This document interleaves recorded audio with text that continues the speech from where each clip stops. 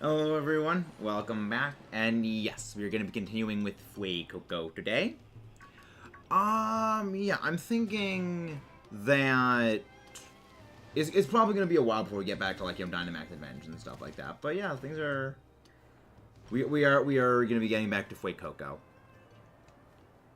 Because, like, I would... I missed that. Because I would like to start working through... all of the FUECOCO eggs I have.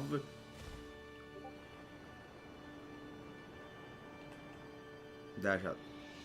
Oh yeah, that was amazing, Mudkip. That thing you showed me, that was great. What is it? Oh, I know why it keeps doing that. Okay, I know why it keeps doing that.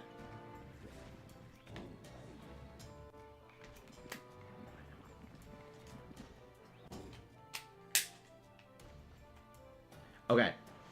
Because when I put my batteries, my batteries just died on my controller right before starting, so I had to change the batteries, and my finger was, like, moving the controller joystick a little bit. That's why I was freaking the whole thing out. So now I fixed it. Everything is working back to as it should be. There we go. Not gonna lie, all I heard from that point was... Really? What about? About what? What about? That was amazing, honestly. That double kill with the E-Leader. Like, you have shown the terror power that is Mudkip with the E-Leader. It's fun. Yo, eggs hatching. Egg. Ah, go Charizard yesterday and today. Very nice. Very fun. Yeah, Charizard is good.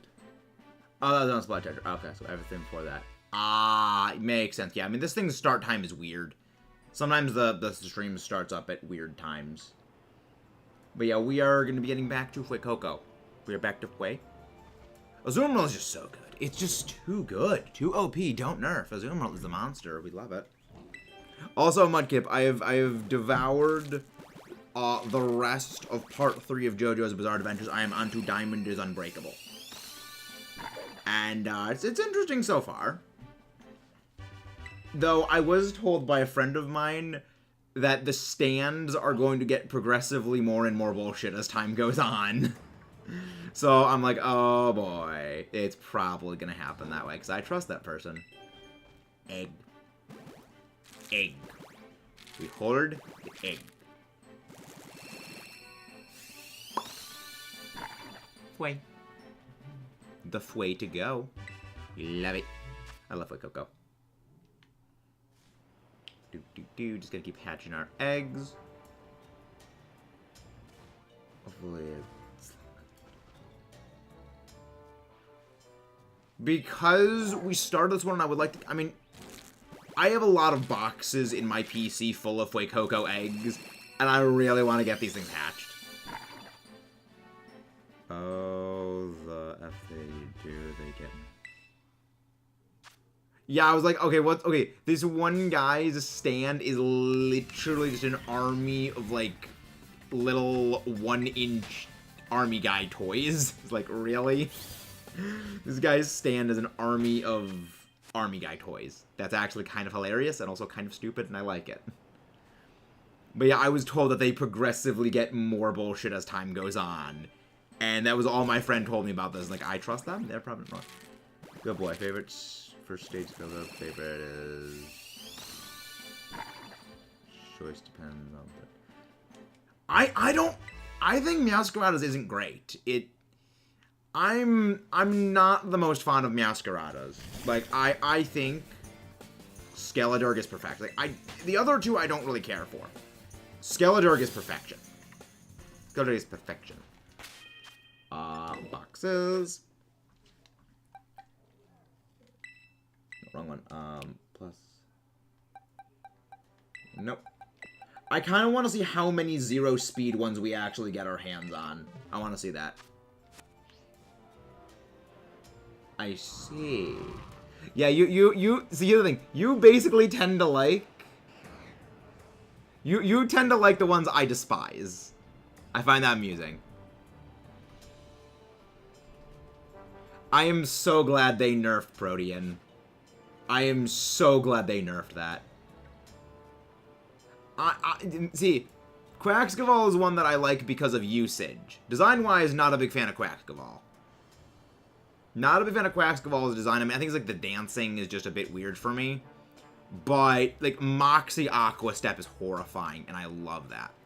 Because, like, back in Sword and Shield, I ran a Dynamax Max Airstream Moxie Gyarados. And really, Aqua Step basically is just that without the Dynamax need. And, I mean, it's significantly less powerful, though. But, like, principle is basically the same. If you have a speed boost move in addition to an attack boost move, freaking love it. He's like, yes.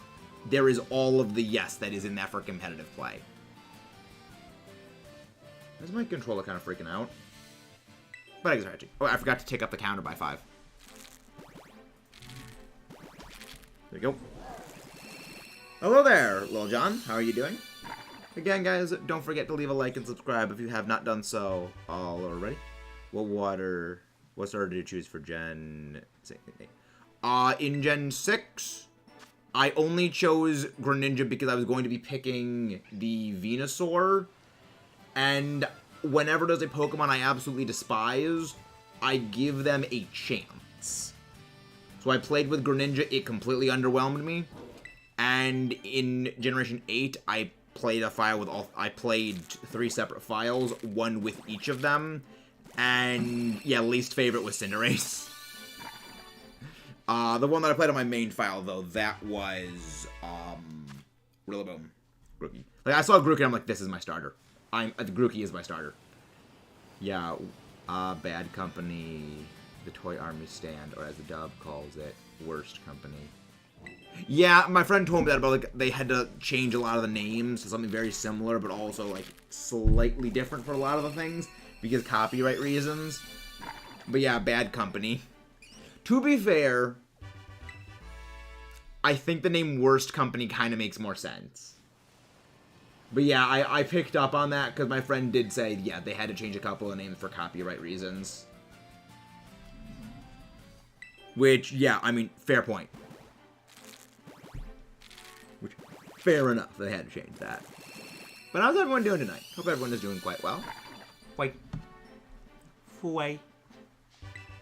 FUECOCO, hatched from the egg. That probably isn't all of them, right? Yeah, one more egg.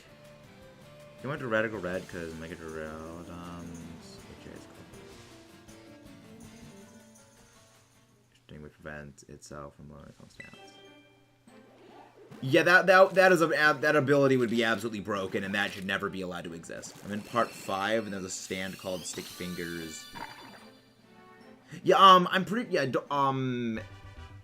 Landon mentioned that. It's like Zipper or something like that. Is what it is. Hey, Ace Trainer Al, someone please go grab Al's link. I mean, Mega Venusaur was actually like extremely good even back in the actual games because Thick Fat is the only time that Thick Fat was actually useful for a Pokemon from both ends. Because it is weak to fire normally, and it is weak to ice normally. And it gives it, you know, that resistance to both of them. So, like, yeah. It is the only time I think I ever benefit from that. Oh, yeah, Zipper Man. Yeah, Zipper Man. It was like Zipper something. I kind of like how bad some of those name things are. But how are you doing, Al? How are you doing? But yeah, I was informed some of them got pretty egregious. Bug. Oh, not Bug. Flying and Bug. Flying and Psychic. Hunt's going pretty well. Hunt's going pretty well. Yeah, like, I mean, I'm still glad that Megas are gone. I am very glad Megas got Thanos snapped into oblivion. They deserve nothing more than extermination. They were so toxic for the games. Like, if you think it is healthy for things to have Deoxys level offenses and speed, in addition to actual bulk defensively speaking, what the hell kind of thing are you playing that is using actual Pokemon? Because, like, the reason why Deoxys is so not good is because its stats are so absolutely min-maxed into offenses. And it's just it's too much of a glass cannon to be good.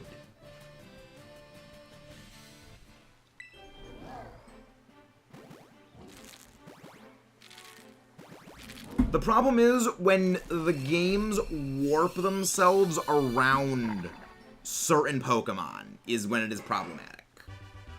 You know, it's when the developers are deliberately warping the games to force certain things to be the best. That is unhealthy. And I think it is natural to dislike things that are deliberately warping the game by the developers to make certain things they are pushing to be popular. Because that's what they did with Greninja. That's what they did with Lucario. That's what they did with Cinderace. That's what they've done next with a lot of... That's what they did with Mewtwo. That's what they do with a lot of Pokemon. I think Greninja's design is bad. Mostly because, like, ninjas didn't exist.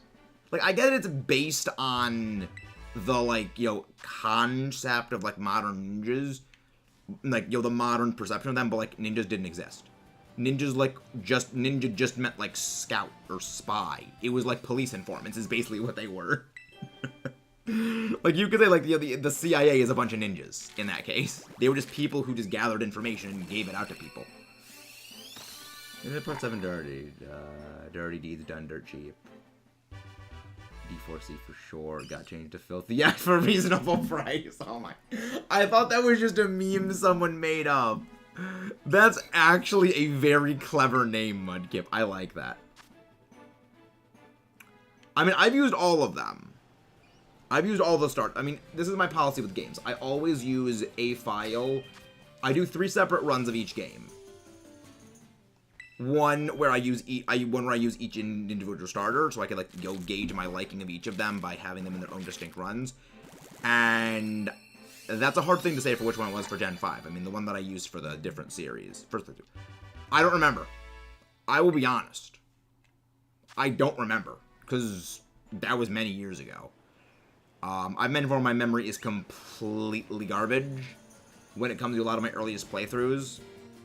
I can only really remember the ones that I play, like my playthrough teams and my starters, with my first playthrough of Ultra Moon onward, which was Incineroar in that one.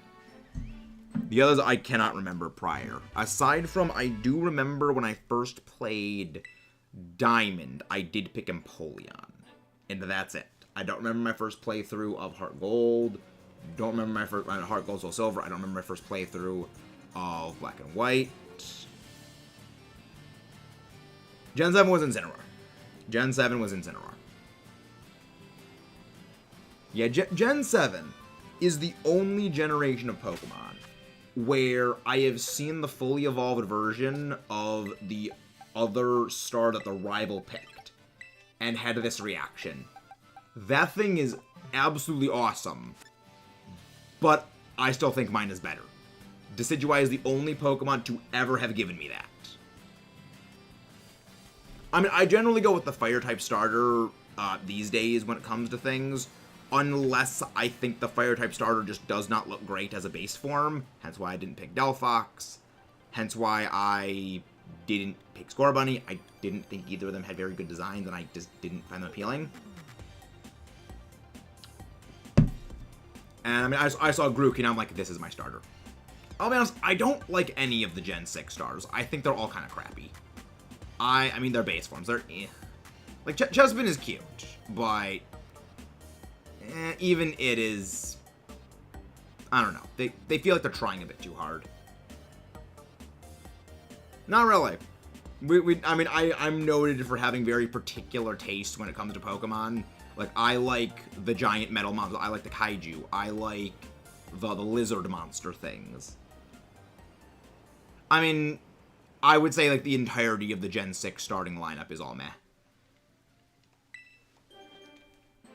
I mean, I don't think any of the Gen 6 starter designs are anything good. I think they're all kind of bad. I mean, the main reason why is that they're designed off, like, video game classes. You know, the assassin, the paladin, and, like, the wizard. Which, it's an interesting idea.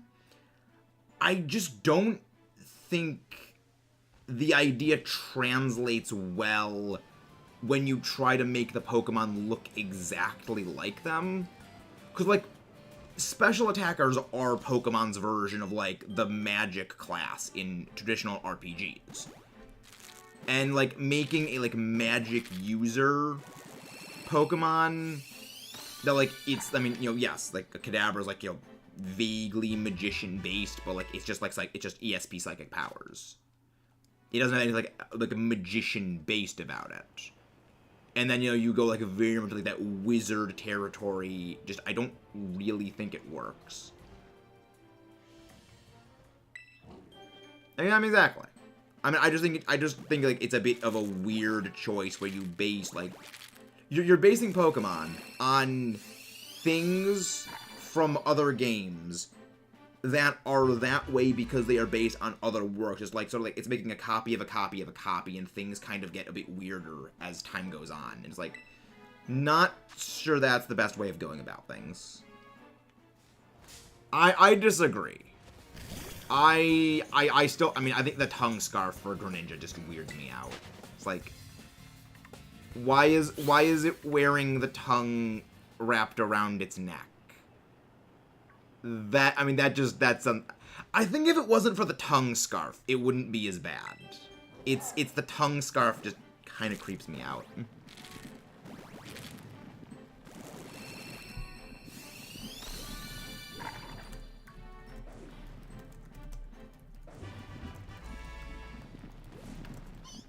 Well, I mean, like,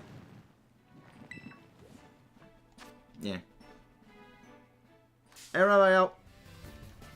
But for real, yeah, they yep. I mean, well, the thing is, like, there's Pokemon that have, like, clothing. They could have just made it, like, yeah, they couldn't have made it, like, fur, because, like, you know, frogs don't have that. I really don't know why it was they actually had it be, like, the scarf. I don't really know why the scarf is there. It's weird.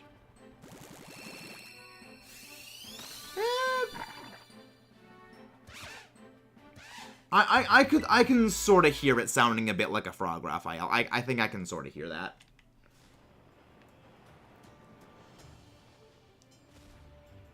Yeah, I mean, I think it's like the tongue scarf is like the only thing about Greninja that kind of puts it into that territory. Like, otherwise, I think Greninja would just be kind of middle of the road for me as starters go. It would kind of fall into like that same... It would kind of like fall into like the same territory as, like, Swampert for me, where it's just like, I don't dislike it, I just don't care for its existence, is kind of the thing. Generalized indifference is the word I use for that. The reason for the hate, Mudkip, is because the devs continuously try to warp the game around Greninja. It is that they cannot let Greninja no longer be good. They have to keep deliberately making it better and better and better to basically keep it relevant, because they can't let it not be good because they pushed it so hard. I would say that is a valid reason to not to dislike something. When something warps competitive for fan service, all bets are off for me. Like, all bets come off. Like, that is deserved of it. I mean, you also, I mean, remember Alpha. The main reason why Greninja is also not the most popular, it was the most popular in Japan. That poll done was exclusively Japan.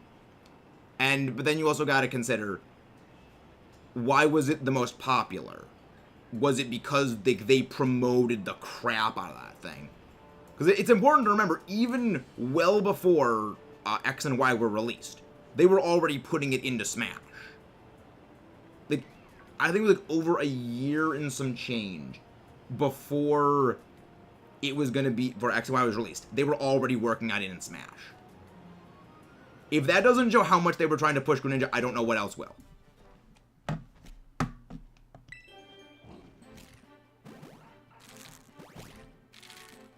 I mean, it's a combination of a lot of things. It's a combination of the anime and, I would say, also Smash at the same time. Like, I mean, you gotta remember how many people, like, they love playing Smash. How many Pokemon fans play Smash and exclusively plays Pokemon? Or people who, you know, play Smash that see Pokemon, like, oh, that Pokemon becomes their favorite Pokemon when they eventually get around to playing Pokemon.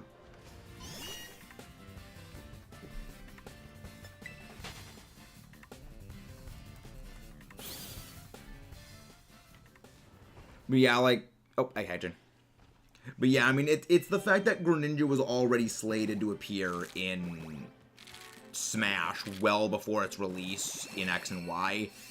I think that's much more telling than most things about it. And then, you know, Ash Greninja, and then the anime. There's a lot of things. I mean, again, like, something can, I mean, that's the reason I don't really care for, that's the reason, like, Pikachu doesn't really affect me, despite all the crap that Pikachu gets. It's never going to amount to anything competitively. It isn't going to warp my beloved VGC. So that's why it's just, like, it doesn't matter to me. I mean, you gotta remember, there's a reason why Ash basically always loses, Alpha. It's the reason Ash always loses is to justify a continuation to the series. You know, like, him losing is basically his motivation to go somewhere else, to go learn more, to go experience more things. That's basically the reason why, you know, he always lost until, of course, you know, Alola. The point is he loses, and then he needed to go somewhere else to get better. So they kind of have to anime BS him losing all the time. This goes what to do after winning. Exactly, like that's the point. He was so clueless to what to do after Alola. So they need him to keep losing. They needed, because you know they're now retiring Ash as a character. They needed to keep him losing in order to basically internally justify his reason for going to the next region every time. You know, oh, there's new things that he's got to learn from the new stuff. That was their way of internally justifying it. And I mean, it made sense. It's a good idea. Like, it makes sense. But after 25 years of the same thing happening, and after him having won 2 leagues, he won the Orange Islands. He won the Orange Islands. Everyone forgets the Orange Islands. He won the Orange Islands. It just kind of becomes old hat. That's why I say that they always should have done in the anime what Yu-Gi-Oh! Did.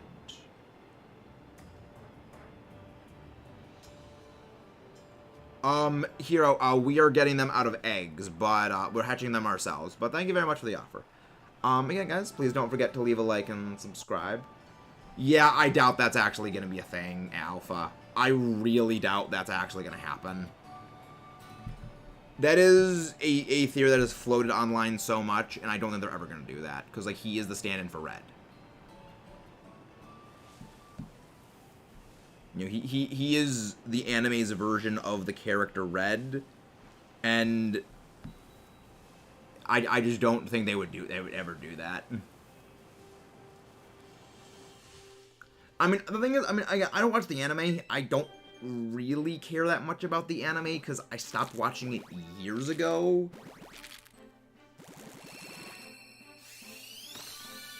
I do have a Goldango.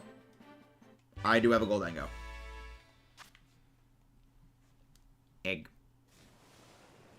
It really isn't that hard to get Goldango. It's just... Oh, is it actually? That's what it was. I mean, I don't think they're going to be giving good... I mean, I think what they're probably going to do is just basically the same thing that they kept doing with Ash. They're just going to do with the new main character. That's honestly what I think what's going to happen. But that's why I said they should have done the Yu-Gi-Oh! Method. They should have done... The regions have the protagonist of the games be the one traveling around the region. 2 gens old with 2 gen. Oh, 10-year-old. Yeah, I don't think that they're ever gonna like. Yeah, they also like, you know, they're retiring Pikachu. Like, they're not retiring Pikachu. They're probably retiring Ash's Pikachu as the main character. Yeah, we can touch trade it, Legendary. We can touch trade it. There we go. No, Nintendo, I wouldn't be surprised with new characters and all that. The thing is, Nintendo doesn't have any control of what Pokemon does.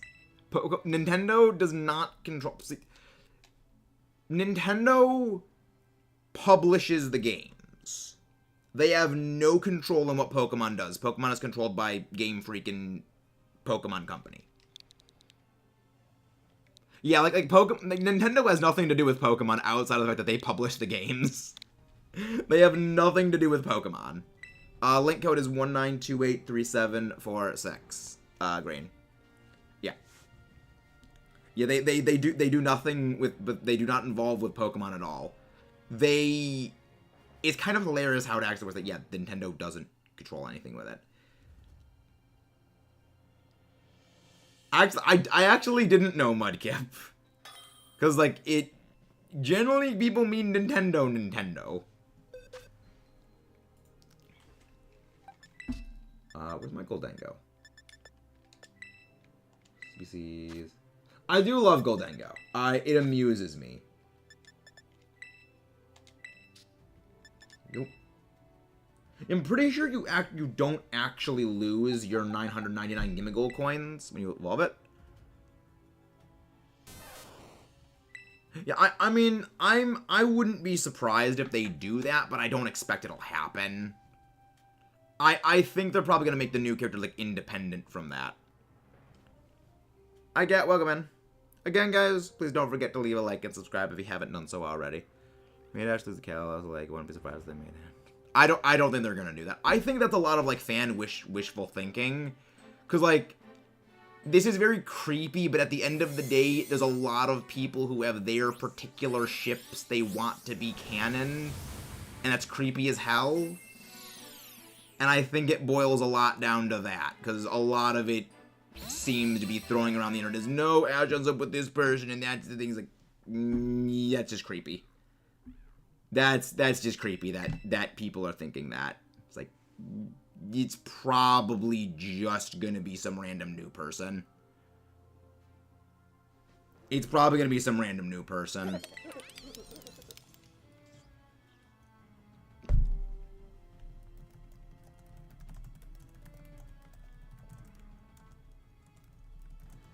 Happy to help. Happy to help, Green. Me again, guys. Please don't forget to leave a like and subscribe if you guys...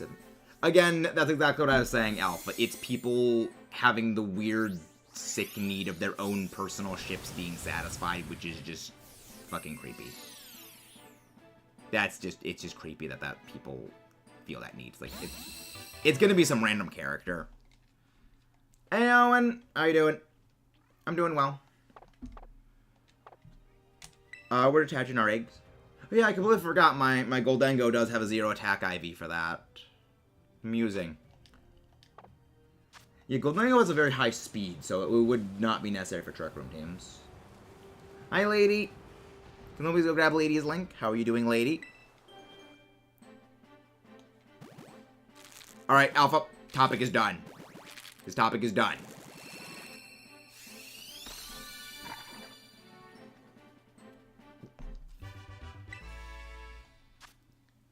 Here we go. Last egg, and then we refresh the set. Yeah, last egg, and then refresh the set. Nope, not a shiny kitty. Oh, nice. What game you hunting the Fennekin in? That, X Y hunt? Or, Ultra Moon hunt? Nice. Nice. What does the internet want? Mudkip. I said we're done with this conversation, but that is exactly my point, and this conversation is done. Next person to bring it up is getting timed out.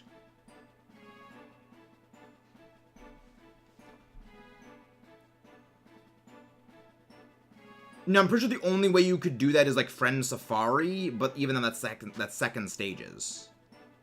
I think it's only the second stages you can find in the Friend Safari.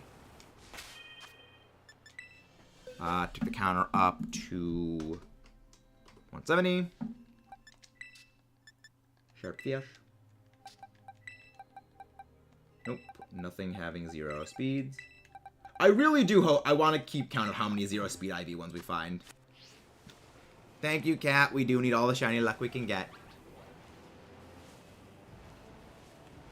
It's alright, Mudkip. I forgive you. I forgive you, Mudkip. We do need the shiny luck. We do need the shiny luck. Yeah, I think when you're climbing and jumping through the air, those do not count as steps. So I think any movement in the air and climbing do not count. I think you need to be horizontal. And last found Frigabacks with 20 eggs. Yeah, we found Frigabacks in 16 eggs, and that was no shiny charm. But again, the bad luck has the bad luck has been consumed by Ho-Oh. I mean, I might give that Sasuke thing a watch, provided he's still voiced by Yuri Lowenthal. I gotta say, that was my favorite thing about watching Naruto the first time, was, oh yeah, Sasuke is voiced by Ben 10. You know, you hear, like, I hear a voice that I associate with an absolute goofball. And it's just, no, it's this very cold, calculating, deliberate person who just speaks very coldly, very calculatedly, and it's so unsettling, but I freaking love it. Yes, Sasuke is voiced by Yuri Lowenthal. Have you not seen Ben 10 Alien Force? Did you not watch Ben 10 Alien Force? Freaking heck, man. 10 chapters, so 10 chapters could be hundreds.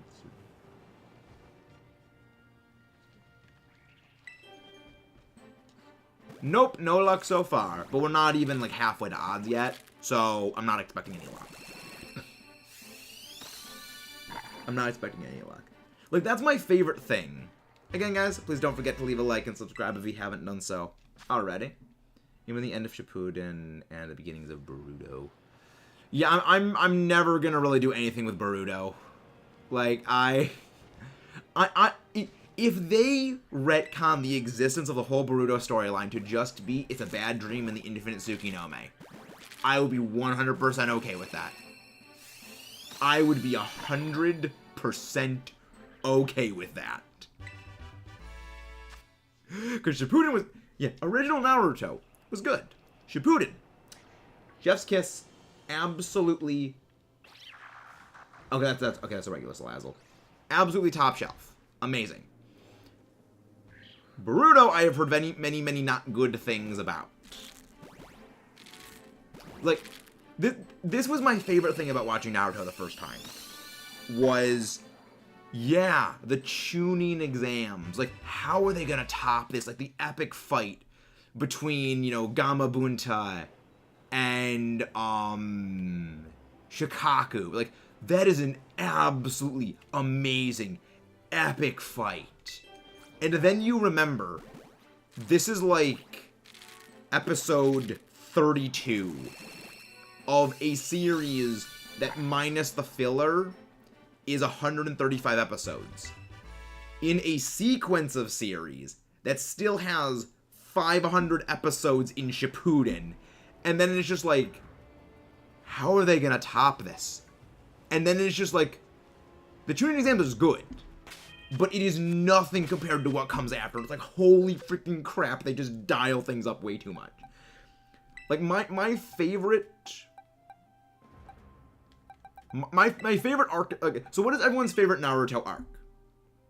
My favorite one is Pain. Is Pain's Assault. That one is my favorite arc in the entirety of Naruto. Nothing is going to top that. And people who know the arc, there are two moments in that entire arc that make that one the #1 for me. If you know, you know. If you don't, you don't know. But how's everyone doing today? Hope y'all are doing well. Please don't forget to leave a like and subscribe if you haven't done so. And send some love over to a buddy, Andreas.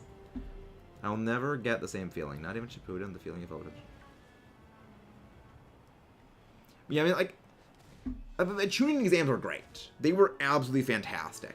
And they did really set the tone for the series. I haven't gotten to that one yet, Mudkip. I'm still on Diamond is Unbreakable, and I'm like 5 episodes into Diamond is Unbreakable, Mudkip. Let's pump the brakes. Let's pump the brakes on that, Mudkip. But I will say, Jotaro is like probably tied for my favorite character in any anime ever. Jotaro is great. It's just like he's a dick, but he's a dick with a heart of gold. It's like, I like this guy. He's very entertaining. You know, casual early installment misogyny aside, I enjoy his character. I don't really watch anime, lady. Like, the only anime that I watch are ones that my friends say, I know the kind of series you like. I think you will enjoy this. And enjoy it, like, for this reason. I'm like, okay, I'll give it a try. That's the reason my friend recommended me Naruto. I really enjoyed that. Landon, Mudkip, that same friend, and like 17 other people recommend, hey, you should probably watch JoJo. And I'm watching JoJo.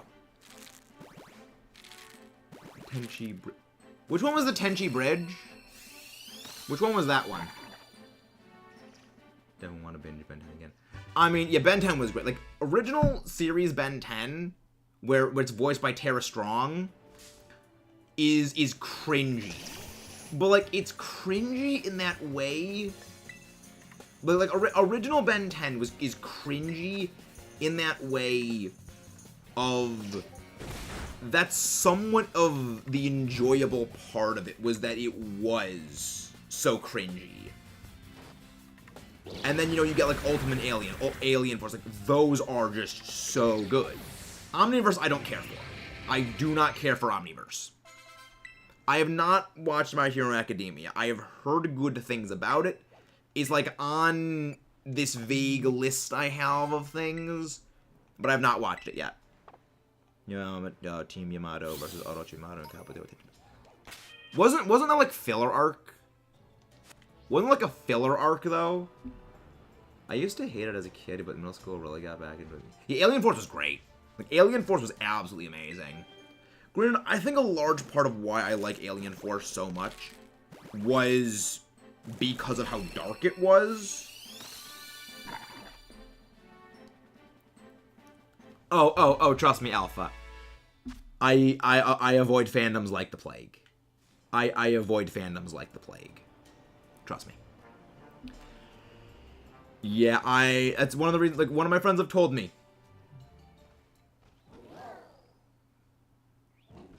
Like, I mean, the issue I had with Omniverse was that they dumbed Ben down way too much, and they went way too much into trying to emulate the original series. Like, that's for me what it was.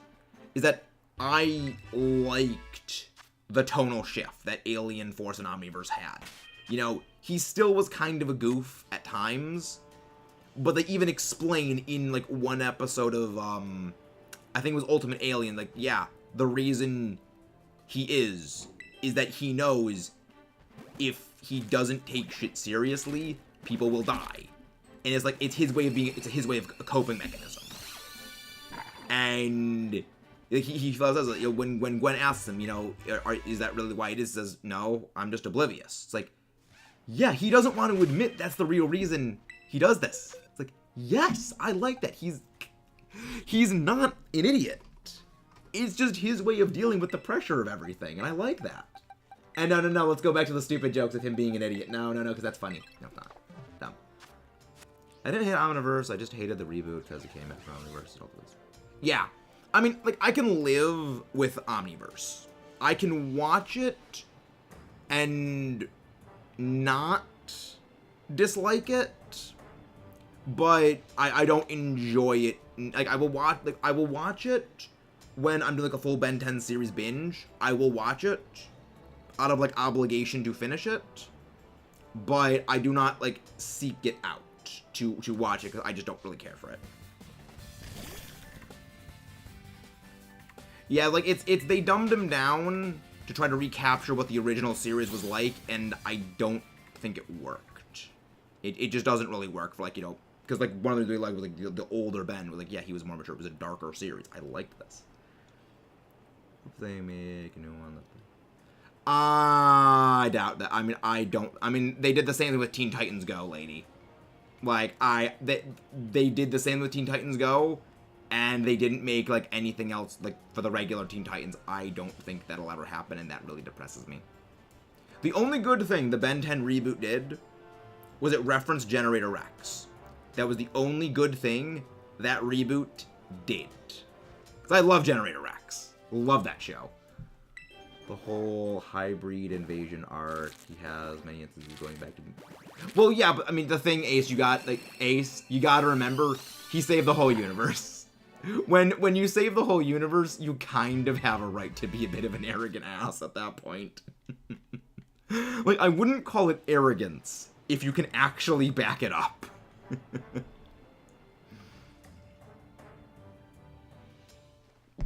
Yeah, I wouldn't, like, I mean, I don't think they're ever gonna do anything more with, like, original Ben 10 series. I don't think they're ever gonna do that. And it kind of sounds me both like, yeah, dude, it was pretty good. It was good. I love that show. But yeah, like, Cartoon Network had so many good shows back in the day. They had so many good shows. Like, the fourth Great Ninja War was great. Like, Madara was awesome. Madara was awesome.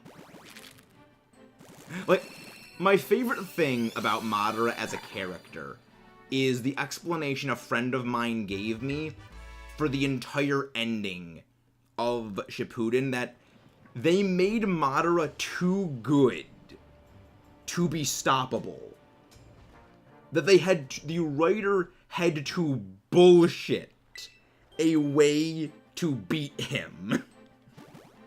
Because they made him too unstoppable. And I'm like, you know what? I like that. Because, like, you can't stop Madara. He's too powerful. I don't think it's half of it. Like, cause you gotta remember, the fourth Ninja War, there is so much build-up to the fourth Ninja War. Drawing, like, a definitive line for where it begins, I think, is pretty hard. Because, realistically, the entire series goes into setting it up. The roots, yes, pun intended, for the start of the fourth Ninja War are set as far back as the original, like, the opening of the series. Like, I would honestly say it's hard to draw, like, a definitive line for where it begins, because so much plays into it.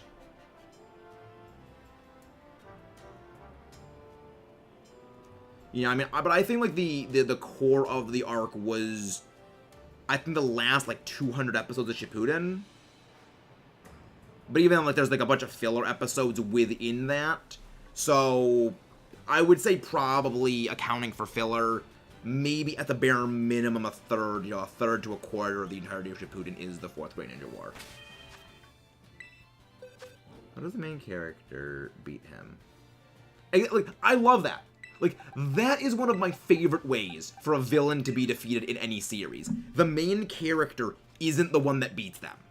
I love that. It's like, yes, the main character doesn't always need to be the one that wins. I like that. I gotta say, I hated the big three so much. I hate that the big three had so much filler to the editors and animators, skipping out parts of so much. What are the big three? What is the big three, Al? And that's what, I mean, I don't mind a lot of the filler in Naruto, because I actually did watch most of it. Oh, big three anime. Okay, so like Dragon Ball, Naruto, and Dragon Ball, I think. Like, I don't mind the filler in Naruto. Oh, One Piece. Okay. Like, I don't really mind a lot of the filler in Naruto. Because, like, some of it is good. Like, I do enjoy seeing a lot of these interactions between a lot of the characters. And, like, the character interactions were for me what made Naruto such a great series. So like seeing more of those interactions was quite good, but definitely like there was, you know, I did notice as time went on there were fillers. Granted, some of the fillers, at least in the initial series, were quite well disguised, as it was just, oh yeah, the characters just doing what they do after Sasuke goes away to Orochimaru, and just like what they're doing in the meantime. But when you have, you know, Shippuden, where it's like, oh yeah, Fourth Great Ninja War, and then spontaneous cut back in time for whatever reason for like 3 episodes, like, that doesn't work. That's weird. Really, Dragon Ball's not a part of the big 3. Interesting. I would have assumed, of all things, Dragon Ball would have been, like, within the big 3 of anime, because it's, like, one of the most well-known anime in existence, I'd say. Sasuke Retrieval Arc was also good. Not that this was... Like, the one where they're looking for the beetle, like, the beetle to find Sasuke, I think that was a very well-done filler arc. Mostly because I enjoy, you know, Hinata and Naruto's interactions, and they're adorable, and it's one of the reasons I really enjoyed the show so much. But, like, I enjoyed it.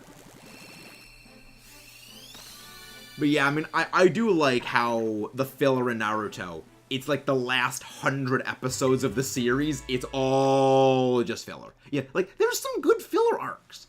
Like, not like all filler arcs are good, but there's definitely some filler arcs that can be done well, and they did do some of them quite well. I have not watched the movie yet. I plan to do that at some point, because one of my friends told me that, yeah, every single movie outside of the last one is not canon. So, like, I just, like, skipped over all of them, and I didn't know where it, where it fits into the timeline, and I just watched the end of the series. I watched episode 500. I think it was good.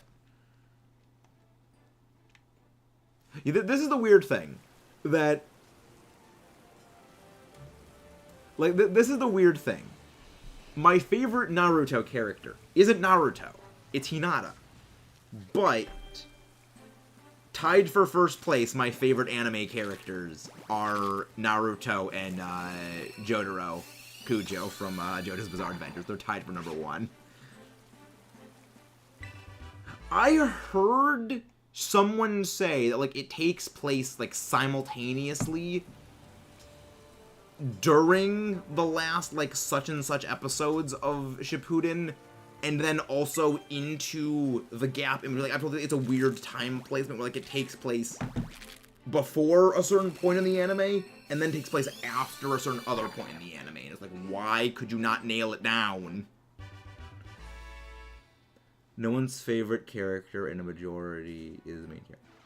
Well, I mean, the main reason for me is, like, I just enjoy Hinata's moments. The moments of Hinata in the anime, I think, are great. Again, like, the moment in the anime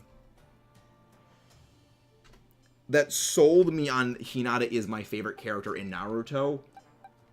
Oh, another no speed FUECOCO. I think that's what, up to, like, 6 of them already? The moment that, like, this is why Hinata is my favorite character was Pain's assault. It's like, I am going to face Ninja God. I know I stand no chance, but I don't care. I like that. Because, like, for me, my favorite characters are generally defined by, like, a point along the series. I can put, like, this was the moment they became my favorite. And this happens, like, for most series. Like, there is that moment. And that was one. I've never heard of that. Top favorite characters are so... Like Sasuke's great. Like, I like Sasuke. About Might Guy. Like, Might Guy is great. Like, Might Guy fighting Madara was great. I like... Might Guy is always just entertaining. They got, they're actually, yep. Like, like, there was no moment that Madara was present in where he just did not absolutely steal the show. Like, even in the anime openings where Madara is present, he steals the show in the openings. How do you make a character that awesome, where he can be in the opening of the anime, and that is the highlight of the entire episode if he is in there? Like, how do you do that? Again, they had to bullshit a way of beating Madara because he was too powerful.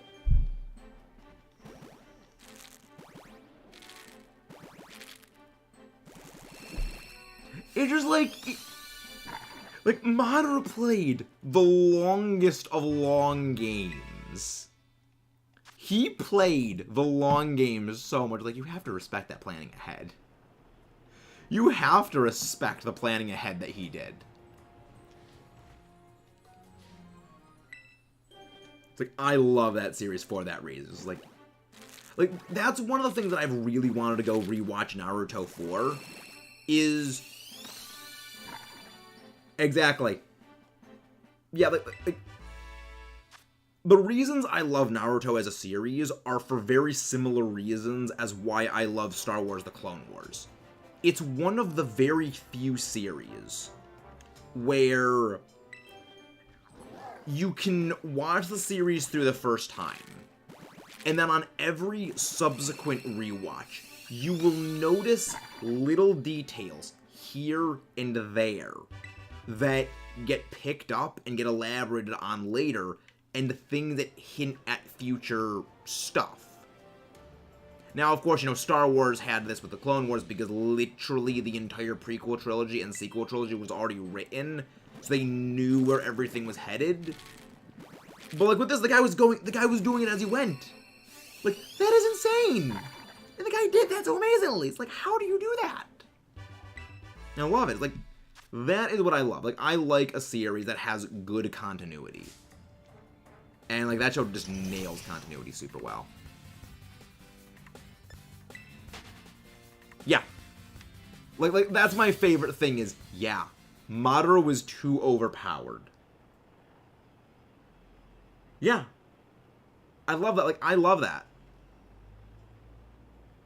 It's such... It is a very well planned out series, and that's why I enjoy it so much. Is I enjoy series that have a good sense of continuity, and like, again, the idea of I can rewatch this series so many times over and always notice something new about like a detail that someone said. Like, oh yeah, I thought that this thing meant this when I first saw it, but it actually means this. Like, it's very well written in that way, and that's one of the reasons, like, I enjoy series like that where you can rewatch it. Also, just Pain is very entertaining. Like, Pain is great. Pain was great. One of my favorite characters in that series. I mean, granted, Nagato is the character, but yeah, Nagato is great. The thing that I like is Nagato brings up a very good point when talking to Naruto, and I think he is the only character in the series to present Naruto with something, and he is unable to, like, come up with a response. Like, he cannot come up with a response for it. And it was just that kind of him. Yeah, bad guy has a point right there. Like, Mr. Super Optimist guy has no response. Deidara is great. Deidara is great. Like, again, the list of great characters in that show is just a mile long. There are so many good ones, like Jiraiya, absolutely amazing. Like, Jiraiya, amazing. Though the only thing is, like, there's only one thing I think that they kind of had to BS a reason for. Like, yeah, no one says or explains to Naruto why, yeah, no one says your dad was the 4th Hokage. Because, like, even me being super Mr. Oblivious realized, wait, this 4th Hokage guy has, like, the same haircut as Naruto. And it's the same color. I think there's a connection there.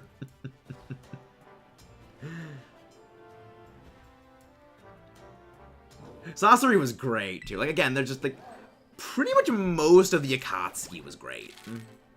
Most of the characters in the Akatsuki were very entertaining.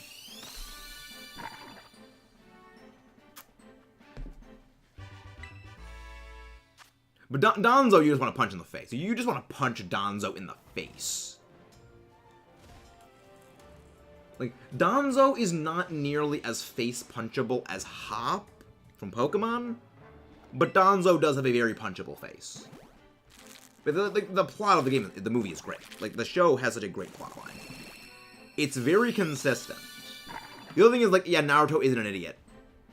It's like, yeah, he can tell when Sakura was bullshitting him, and it's like, yes. Yes, you can tell when you're being bullshitted by the person you want to hear that from. You know it's bullshit. Like, yes, I like that. It's like, he's not an idiot. I like that they had to come up with an explanation for why it was that he still thought he liked Sakura. It was just his way of competing with Sasuke. Like, yes, that's good. It's a bit of a cop-out, but also actually does make a bit of sense. Like, the thing is, like, Naruto he's clever. He's clever, but he's just oblivious, is what he is. He also just, like, lacks common sense and just, like, social cues. But again, the reason he just lacks any ability to discern social cues is because literally for his entire life he was hated by the village. So he had absolutely no interactions with anyone that wasn't just abject hate of him. So we can kind of forgive the lack of a social skills on Naruto's part there. Because, like, when the only person that shows you the slightest bit of positive emotions is the girl you are oblivious to the massive crush she has on you, you're not gonna develop social cues. So, like, I think we can forgive Naruto that. Remember when Obito and Madara roughed Naruto? Yeah! Like, Madara was great. Like, Madara is a great character. It's just, he's so entertaining. It doesn't matter what he's doing. He just steals the show. He's so good.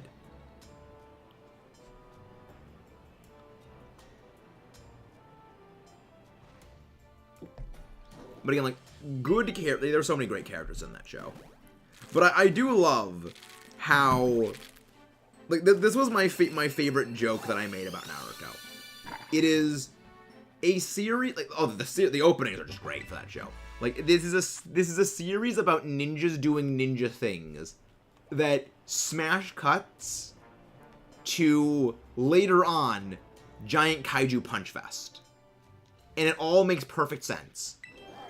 Like, ninjas doing ninja things to giant kaiju punch fest, and it makes sense. Are you actually able to become flying with a Terra? Yeah. Yes, everything is able to become whatever typing you want with a Terra type. It's just the event Pikachu has the move Fly. That's it. That's the only difference, really. Is that the event Pikachu just has Fly access. Okay, lady. Thank you for the alert.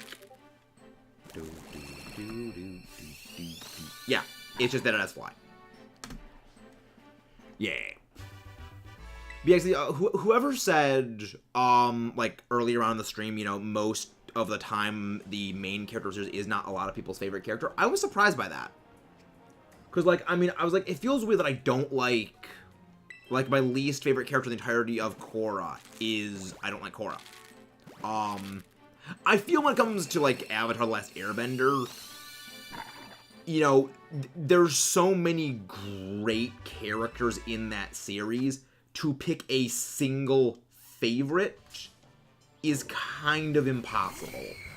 Because they're just all so damn good. What's one of the best Christmas movies of all time, Eki Homeland? Die Hard better be above that movie in terms of best Christmas movies, Owen. Die Hard is the best Christmas movie. Die Hard is the best Christmas movie. Though I have heard, like, this was the best description someone ever gave me for summing up Home Alone. And it is that it is Predator with a kid in the suburbs. Owen, you better change that. You better watch Die Hard. That is an amazing movie. Like, that movie is absolutely fantastic. Like, you get to see Alan Rickman just hamming it up the best he can. And it's just the movie is great.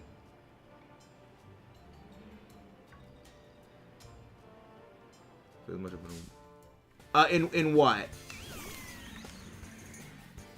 For what, Al? The only thing Korra had each season was Revelant. Yeah. I think Korra had a couple of issues. The main one being that one thing is, like, you're comparing it to the original Avatar: The Last Airbender. Like, it's a lot like, you're following up Avatar: The Last Airbender, which was a defining series for so many people, that following that up, almost nothing will ever be able to compare with it. And, also, like, Legend of Korra, the first season was really thought of, like, oh, here's a little, like, post-Avatar thing, with a little, like, a special that they were just cooked up as an idea for, and they wrapped up everything nice and neatly, because they didn't think it was gonna get anything more. Yes, Kat, I said Avatar: The Last Airbender. But, like, with Korra, it wraps up everything very nice and neatly in and of itself, because every season is very self-contained. Whereas with, Avatar: The Last Airbender, the series was always this, like, progressive, working towards a certain, very specific end game. The end game of the series is beating the Fire Lord. It is stopping the Fire Lord, and every single little thing is a stepping stone to stopping the Fire Lord.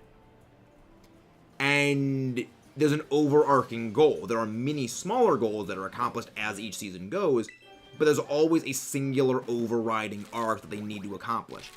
With Korra, you don't really have that. And one thing that helps with the world immersion of Avatar was the fact that the identities of each of the four nations is explored very in-depth in each of the seasons. Like, you literally have an entire season that is about the Earth Kingdom. You have an entire season basically about waterbending. You have an entire season basically about the Fire Nation. And it gives you immersion in the entire world. With Korra, you really don't have that, because it's more, modernized, it's more industrial, everything's a lot more homogenous, so you don't really need to flesh out the world as much. And you really can't flesh it out as much because it's, it's kind of grungy, that, like, the 20s, 30s era thing. You really can't flesh it out as much. Yeah, book one only had about 4 of it. Well, I know. You only about, like, a fourth of it, but, like, there's still a bigger focus on things involving the world. I mean, granted, like, book one is, like, whole world building, yeah. So, like, book one hauls ass when it came to building the world. It's, like, portion of water, portion of, like, building the water tribes and stuff like that, portion of the air nation, and then, like, setting up other things. But, like, it hauls ass when it came to, like, establishing the world. And then the other ones explore stuff, like, in further depth. But actually the name Metamax is where that came from. Metagross is my favorite Pokemon. So, like, that's where the meta part comes from. The name is actually Metagross Maxus, but, like, we shortened it for simplicity. And the name Maxus, that actually came from a series of, like, stories that I've been working on, like, progressively for the last several years, where the character's name is Maxus and just came from axis, because, like, charts and science and things like, oh, the other word axis, axis, that's, Maxus is an interesting sounding, like, sciencey name. I'll go with that. That's all, that's literally the origin of the word, is just, I came up with it. Anyways, Pokemon doing, if you know, you know, I have no idea what that's from.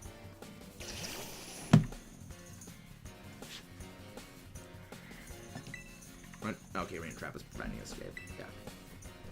But yeah, but like Avatar was a series that it just did super well. But I mean, I think the main reason why I just didn't care much for like Korra as a character was like Aang he's very nice, he's very humble, he's very, you know, not necessarily like childish, but he's very unsure. He's very, you know, I don't know the word. I don't like the actual right phrasing for it, but like he's not confident at all with what he is doing. It's a lot like Luke in the early parts of the Star Wars sequel trilogy, is that he has no idea what he is doing. He's basically he's basically being dragged place to place, but he has to do these things, but he doesn't have agency of his own, really. He just needs to do these things because it is important that he does them. Not 70. And you know, he has to go and do these things, even if he doesn't want to do them. And it gives him a much more interesting character that he has to do these things. I mean, Aang is a normal. Exactly. Like he doesn't want to be a hero. He's a good person, and he wants to do good things. You know, he feels compelled to do good things because he's a good person. But he doesn't want to be a hero, you know, in the way that he needs to be, because he's not ready for it. You know, whereas like Korra, she's very abrasive, she's very aggressive, and, you know, she is, you know, pretty arrogant. She is, you know, she's just very arrogant. She's very abrasive. And, you know, you see a lot of the development that Aang as a character goes through as, we're talking about Avatar: Last Airbender and, like, Legend of Korra. But, like, you see a lot of, like, the development Aang goes through as a character as time goes on. You know, whereas, like, with Korra, you know, with him having to learn everything and, like, the way that learning each of the different bendings, like, does change him in a way, but he still holds on to being who he was. But, like, as with Korra, she kind of stays mostly the same throughout most of the series. But the most compelling part of her character arc happens, like, in, like, the last season, where she, like, is confronted with, this is how I used to be. Like, I am forced to confront the way that I basically used to be. And I like that juxtaposition, but you don't really get that throughout the series, because the series because everything wraps itself up very nicely, character-wise. General Snorlax, because that didn't work nearly as well, but you said hello there, and I was trying to do a General Kenobi thing, and I know, like, your members' top tier thing is, like, general thing, like, trying to do that, but it just completely flopped. But how are you doing, Snorlax? How's everyone doing today? Yes, we have been talking about anime for the past 100 eggs. We have. Well, technically, it's only been last 70, because we started at 140 today. But how you doing, Taylor? How you doing? Technically, Avatar: Last Airbender is not anime. Anime is distinctly Japanese. Avatar was made in the West. Ow! Ow!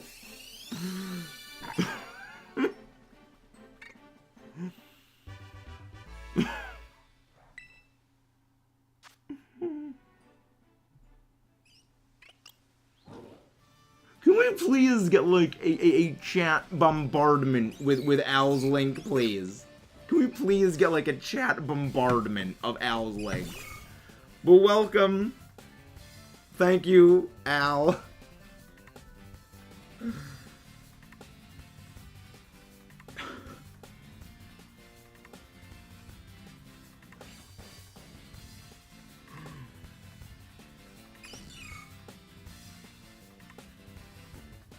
Welcome to the Metal Crew, everyone.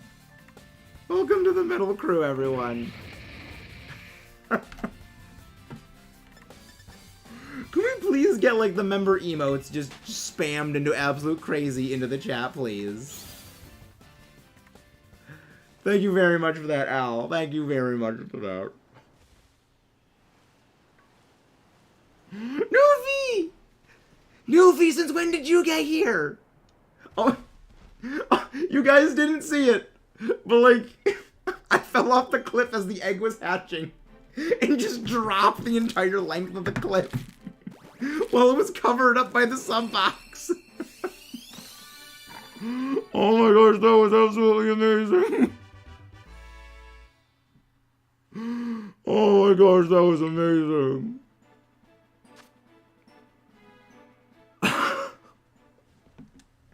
Thank you for that, Al. Thank you very much for that, Al, you absolute legend.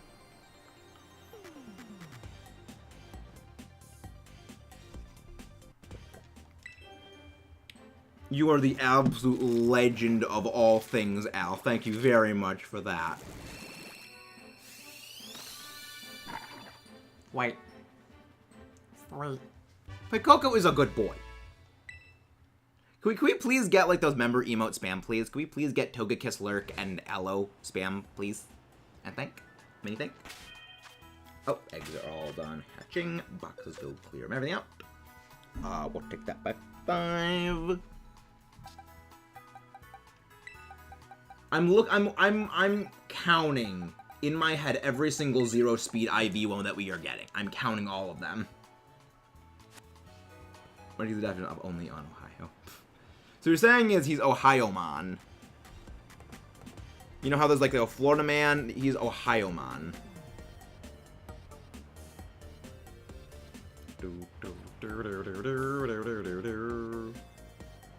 Florida man. What was the Pokemon that someone named Florida Man? Because that was amazing. Like, there's some Pokemon that someone named Florida Man. Like, yes. Oh, the Florida Man. Oh, that's where people are getting that Sprigatito icon from. Crocolore is so happy! Look at how happy that thing is! Crocolore is so happy. Like, Crocolore is a red Yoshi with a sombrero. I don't name my shinies, Alpha. I don't really name my shinies. There are only 2 shinies I have ever given a nickname to. One is my shiny Kyogre I named Archie. And the other is my shiny Metagross, which I named Steven. That is it. I don't really name my shinies. Oh, like the silly, stupid names. Okay. Like Mungo Ra. Wait, we're getting rated. And welcome in Blitz99. Welcome in Nighthawk Afterburn. Welcome in Crossfighter. Welcome in Iron. Welcome in Rob Gamer. Welcome in everyone. Thank you very much for that Blitz raid. Can someone please go grab Blitz's link, please? Thank you very much for that raid. What were you guys streaming? How did it go? Thank you very much for coming in. Hope you guys are all doing well. Please don't forget to leave a like and subscribe if you haven't done so. And, Blitz, what were you streaming over on your end? And thank you very much for popping in. As you can see, we are hatching some FUECOCO eggs, looking for stuff. How's it going? Playing Mario Party? Nice! Sounds very fun. Mario Party is always a delightful game. Thank you very much, Snorlax, for doing that. Thank you very much. My name, what was the stupid name that I had for, Iron Valiant? Because I have Mungo Rar. There's Mungo Rar, Flutter Thing, Shroom Hat, Punchy Bug, Supermecha Robozilla. I don't think I ever came up with one for Iron Valiant. I don't think I ever came up with one for Iron Valiant, though. I think I think I did, but I just like said it once when I was like half asleep and like typed it out. I don't remember. It'll be somewhere in Echo's DMs. It'll be buried somewhere in my DMs with Echo. Let me just go. Go. Yeah, right. Great Tusk was Tire Shredder. Great Tusk was Tire Shredder.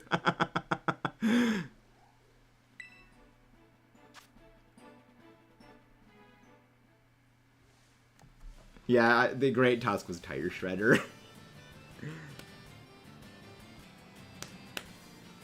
I mean, it is! Donphan is a tire! And it's a tire that has spikes sticking out of it! Tire Shredder, it's perfect! And yes, I call Screamtail Little Omar. I don't think I came up with one for Iron Valiant. I don't think I ever came up with one for Iron Valiant yet. Because I think I just came up with the ones for the past paradoxes. God, Sasuke. Okay. The thing the animated release and then what's Iron? No, I don't think I came up with one for the future paradoxes. I think I only came up with ones for the past ones. Which means that I need to come up with stupid names for the future ones.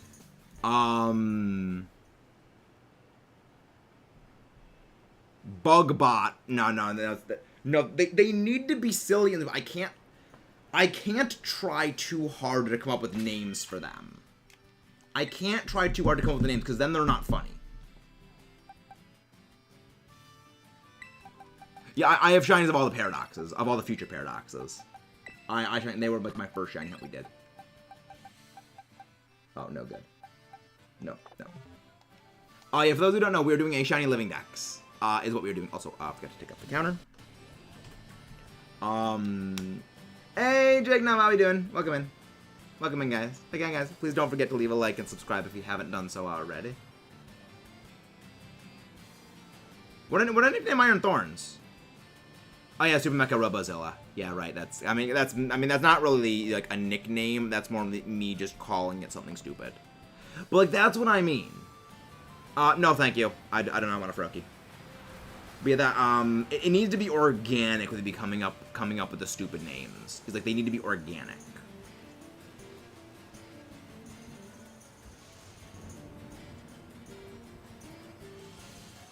Oh, I remember what Iron Valiant was. Robo Blender. Robo Blender. That's what Iron Valiant was. Because it's got the spinny blade thingies. It's a blender. It's a blender.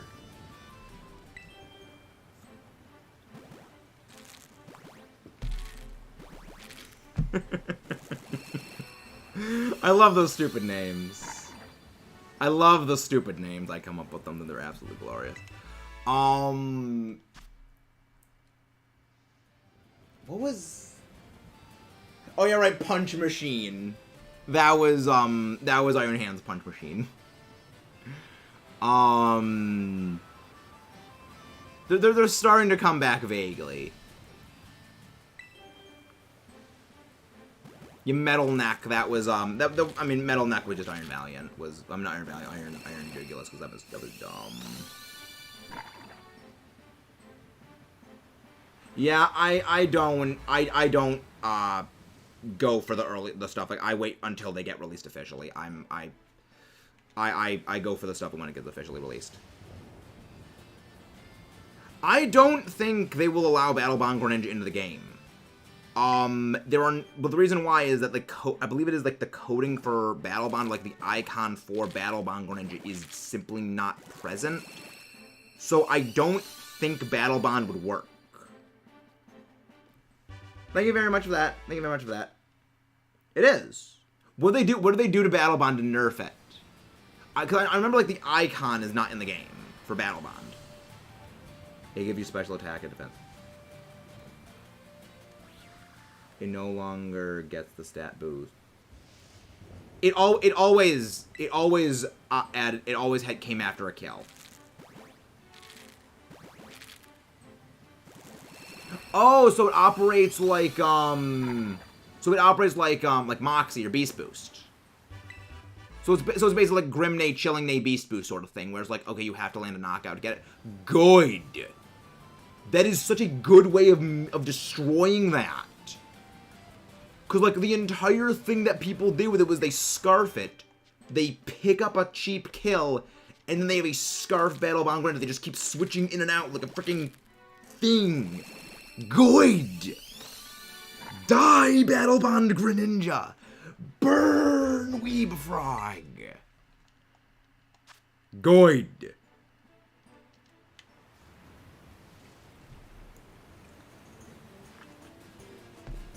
Yeah, I think at that point, it honestly would just be easier to run other boosters. Because at that point, I think it's going to just be a bit of a worse Quaxcaval. Because, like, Quaxcaval, I think, has a better moveset. Another zero speed FUECOCO. Another 0-speed FUECOCO. Freaking 0-speed FUECOCO out the electric boogaloo. Frickin' things. I mean, the names need to come naturally, Alpha. The names need to come naturally for the stupid names.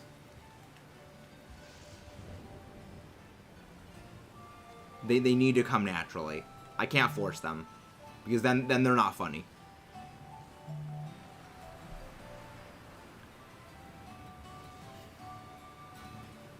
Zapper Bug. That is pretty clever. Honestly.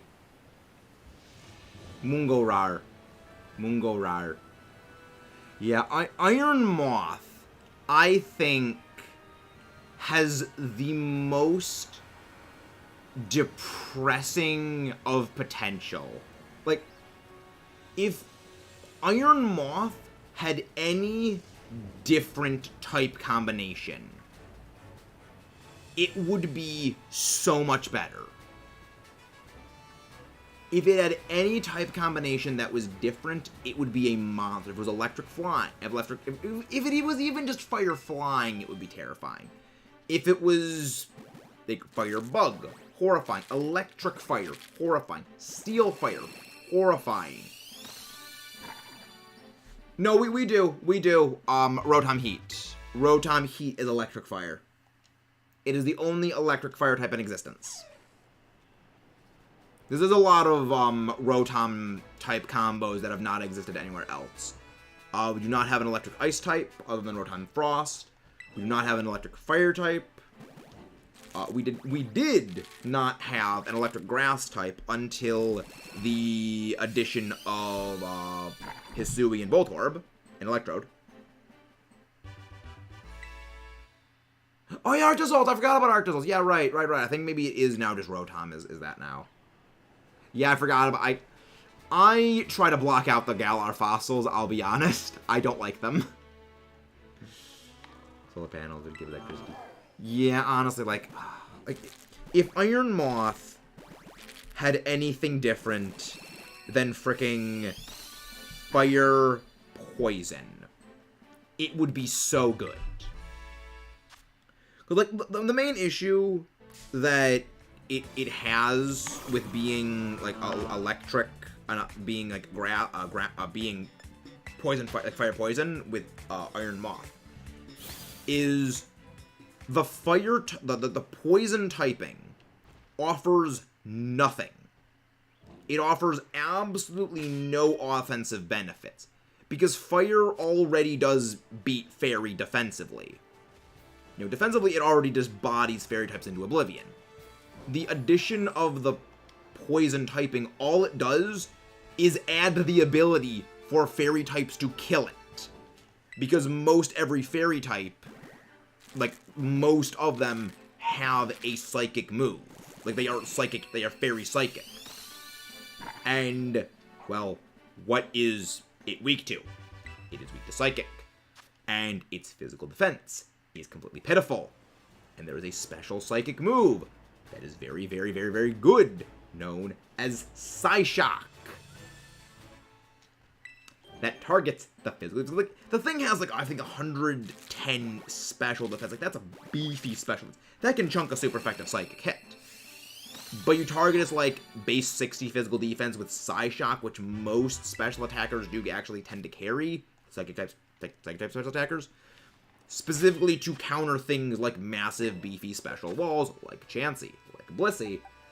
And you throw that on there, and yeah, no, you're kind of getting destroyed by the thing you are meant to kill.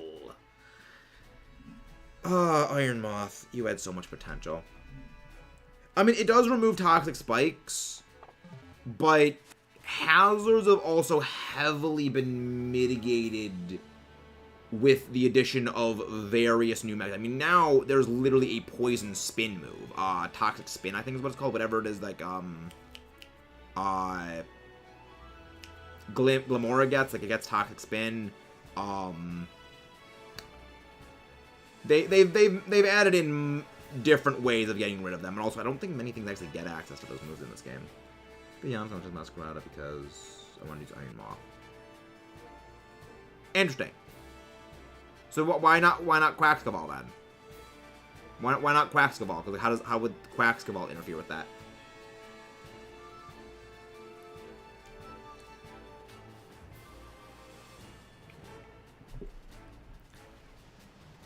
Curious. It's good. I mean, it isn't great. Mortal Spin, that's the name of it, yeah. I mean, the main thing that Iron Moth struggles with is its typing. It has so many weaknesses, and it really doesn't have a more useful offensive profile that other Fire-type special attackers do. That's the main issue it has, is that it's just its offensive and defensive profiles are not especially great, and it is cripplingly weak to Earthquake. I mean, ground moves are some of the most common, because like most Pokemon, I mean, not most Pokemon, like most typings get access to ground moves. Like a lot of things get Earth Power, a lot of things get like High Horsepower. They get Stomping Tantrum, they get Earthquake itself, High Horsepower. There's so many ground moves that like just are accessible and are actually quite good on a large number of Pokemon that make that quad weakness very, very painful. Coupled with a lot of fairy types are able to hit it back with Psychic. It basically makes it have a hard time doing what it needs to do. And then the poison typing really offers no real utility. You know, yes, it lets it hit fairy type super effective, but those fairy types are probably going to be able to take it down as well. Because if you're running booster energy, well, you're not running Scarf, you're not running Sash, you're not running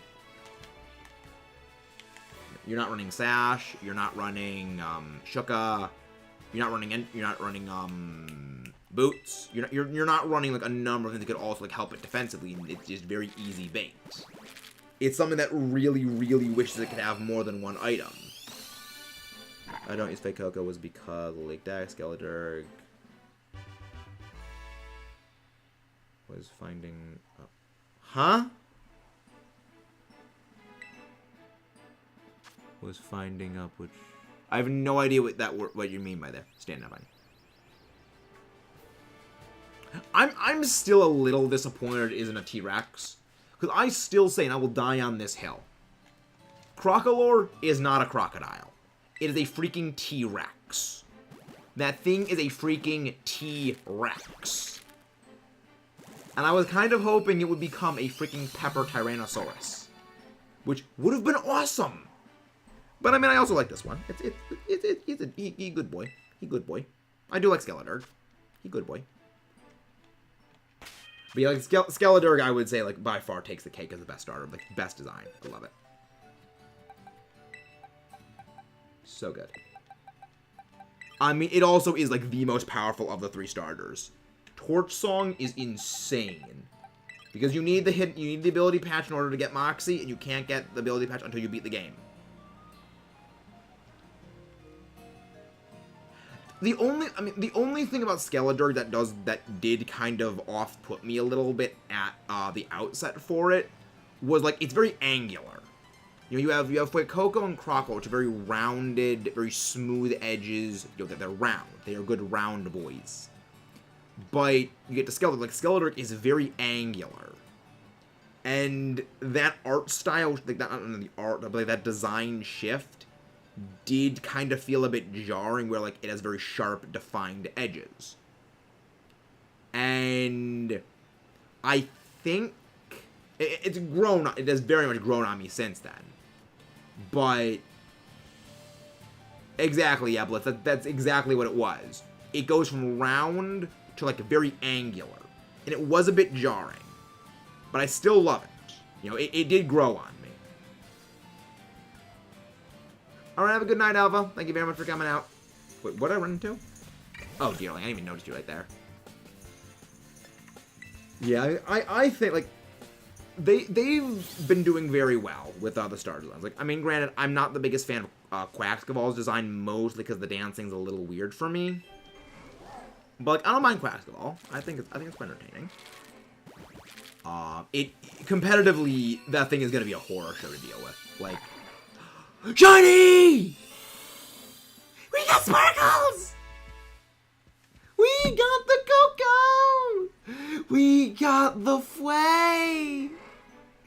We got the Fue! I'm so happy! He's a good boy.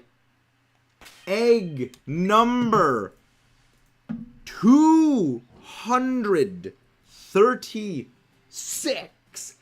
And it's a female. And it's a female.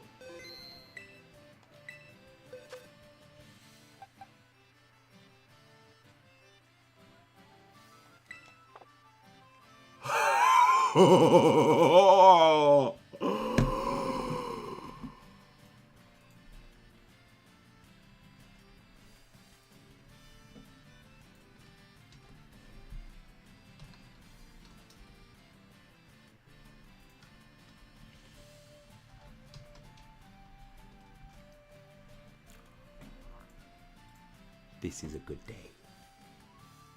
This is a good day.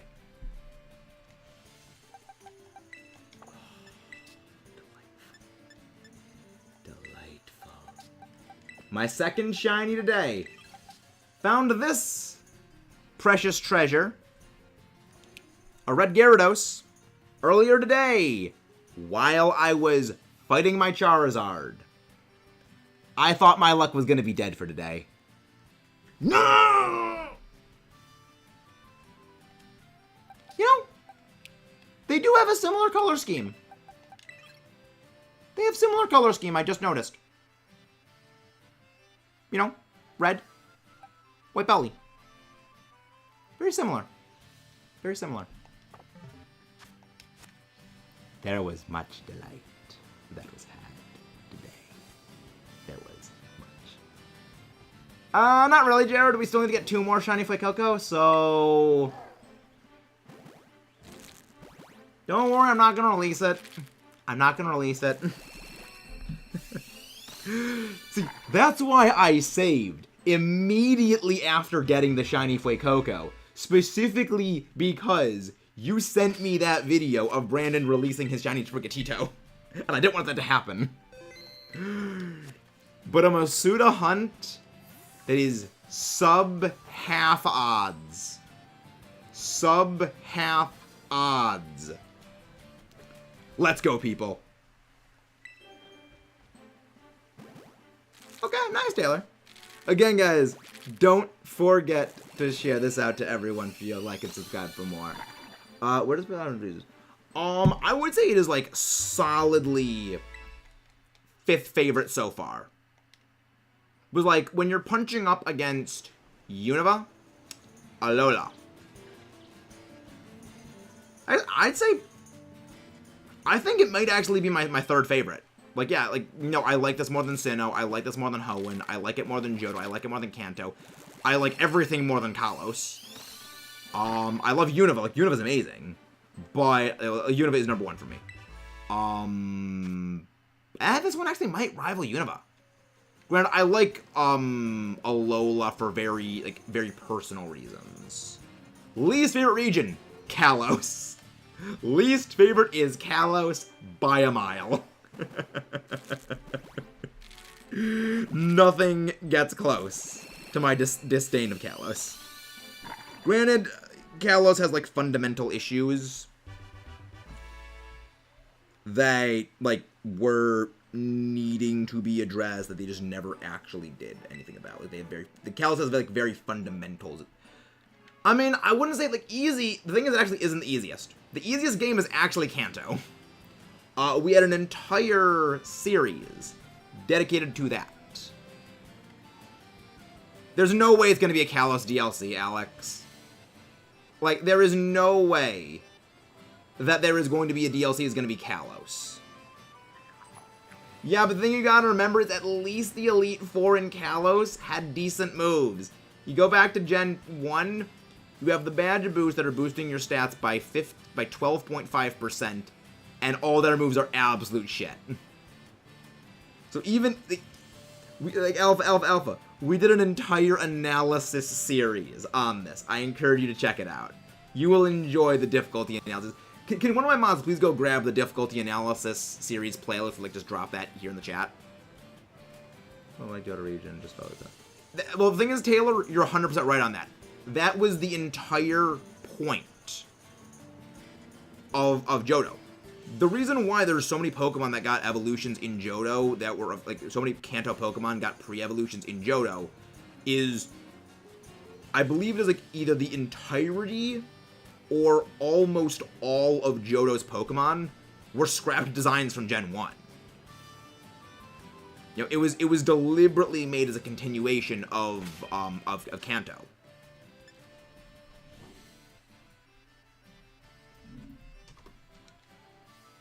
Box. What is the worst decision of your life, Amazon? What is the worst decision of your life? So actually, I think we need to reset the counter now. Yeah, we need to reset the counter now. So this is going to be 4.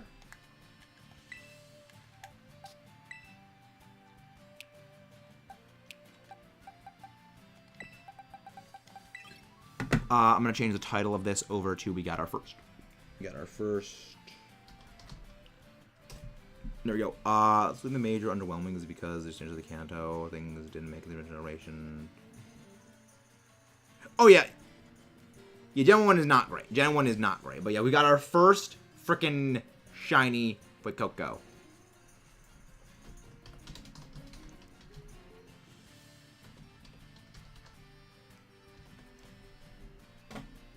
We got our first shiny FUECOCO. I am happy about that. It's like, how many more? This is our last box of eggs. This is our last. We have 30 more eggs to be hatching, and then we're gonna end off for today. This was amazing. Univa's great. Univa, best region. Fantastic. I love it. Yeah, like the only reason why Gen 1 ever manages to edge its way into things is because of nostalgia. You take away nostalgia, what does Gen 1 have? Nothing. You take away the nostalgia, what does Gen 1 have? Glitches. And that's it. And unlike this game, which does have glitches, the glitches in this game are purely visual. The glitches in Gen 1 are absolutely gameplay shattering.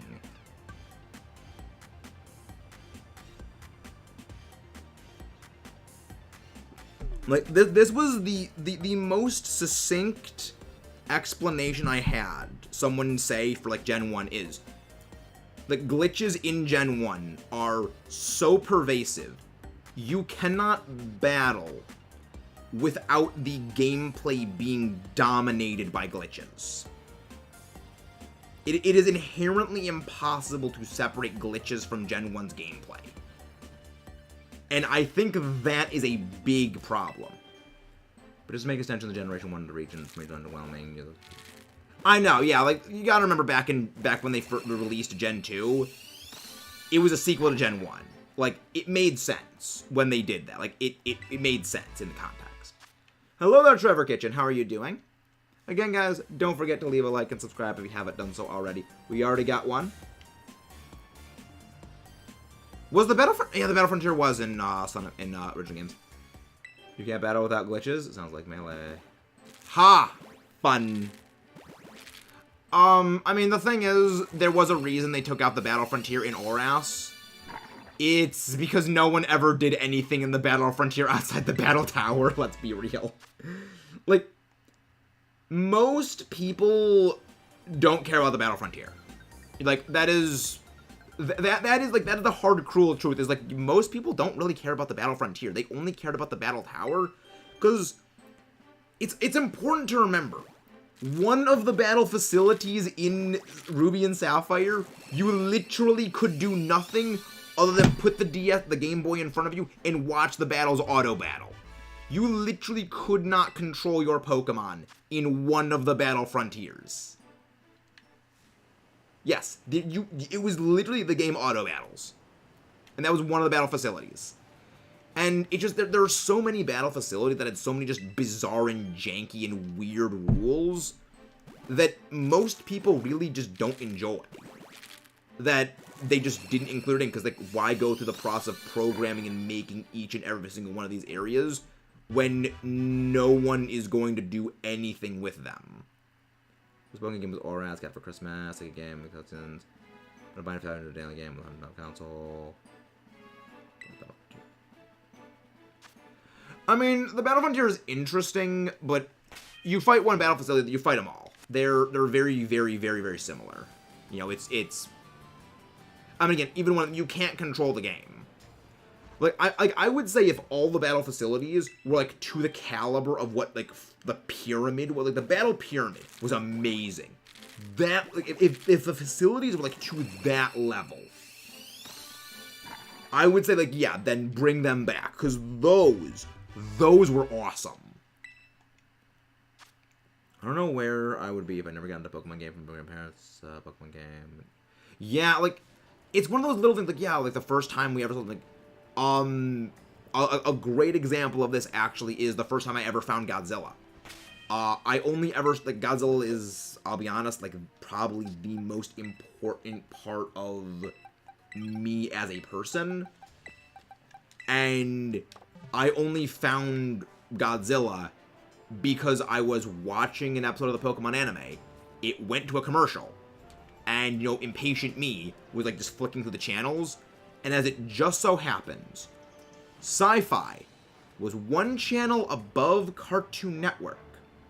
Click the channel up button, channel went over to the middle of, like, the final battle in Godzilla 2000, when Godzilla's fighting Orga, and it was like, wow, this is awesome.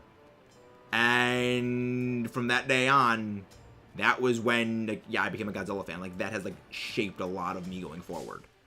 So it was like these little tiny innocuous things that we never think of, yeah, those have big, far-reaching implications on just us in the future. It's like, that's actually kind of awesome. But again, guys, don't forget to leave a like and subscribe if you haven't done so already. We already got our first shiny FUECOCO. So now, we need to go for our next ones. We need to go for our shiny Crocodile and then our shiny Scarlet.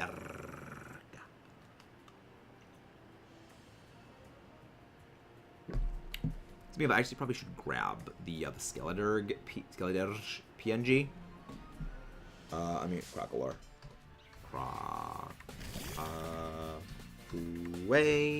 FUECOCO. FUECOCO is a good bean. I got it. No. It's Godzilla 2000. The thing is, I don't really hate the American Godzilla movie. I will be honest. I don't hate it. Like, that will probably sound like complete and utter heresy to some people, but I don't hate it. Mostly for the same reason as I no longer really dislike Legends, because that game needed to fall in order for, like, a superior sequel to run. Like, that game needed to fall. Legends needed to fall so this game could run. The 1998 American Godzilla movie needed to fall so Godzilla 2014 could run. I consider that a worthwhile sacrifice. See from home. I have no idea what that means, Amazon. I got no idea what that is.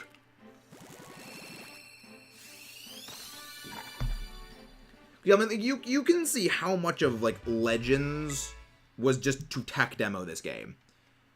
Pitches, gave it impairment, and then... Well, the thing is, like, Scarlet Violet's... The thing is, the glitches really are only a thing because, actually, like, again, I'm working on, like, a big review of the game and going into, I honestly just button mash through a lot of the things, I'll be real. The optimization this game actually has is quite impressive for what they did, because the issues are not really stemming from optimization or inefficiency. It's largely stemming from what seems to be engine issues. So, like, there are fundamental issues with the game engine the game is built on. And they tried to work around a lot of like, they tried to do a lot of very clever ways of, like, getting around these programming issues because of, like, the engine not running super, super well. But those really have, like, that's the reason why, like, there are these, like, you know, visual things here. That's one of the reasons why there is slowdown.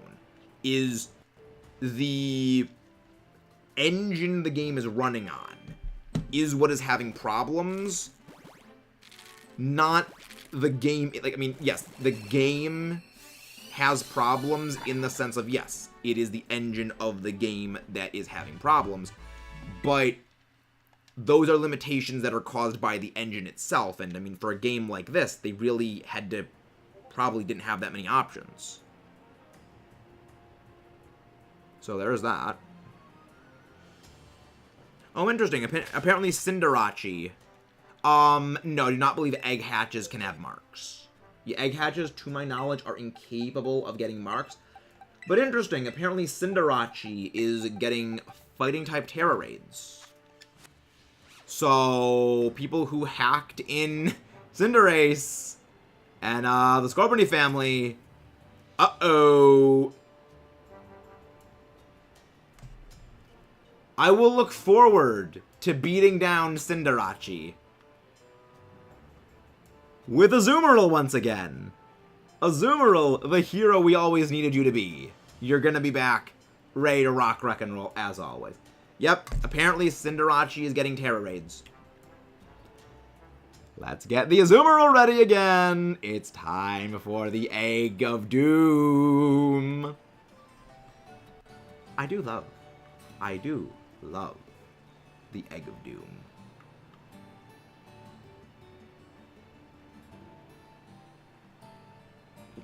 What was your starter? Because, I mean, you said your starter was Meowscarada. That gets utterly bodied. That gets utterly bodied by Cinderace. It's a fighting type. It is a fighting type that also has Fire Stab against a Grass Dark type. That is going to body it. Oh, transfer the starter. Oh. I look forward to obliterating many Cinderace. They deserve extermination.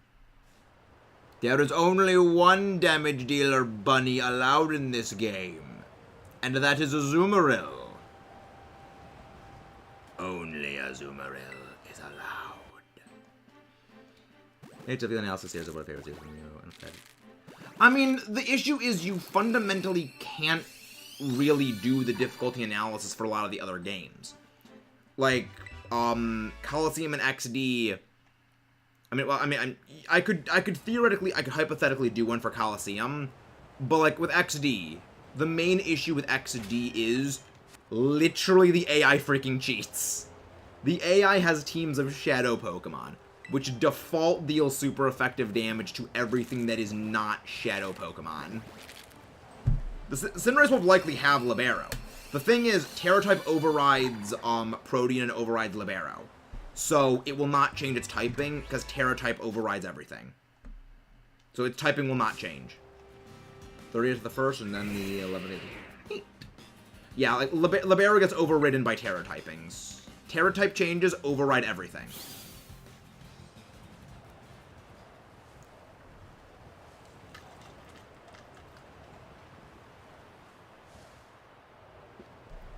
Yeah, the question is that, Terra-type overrides Libero. Libero would just simply not activate.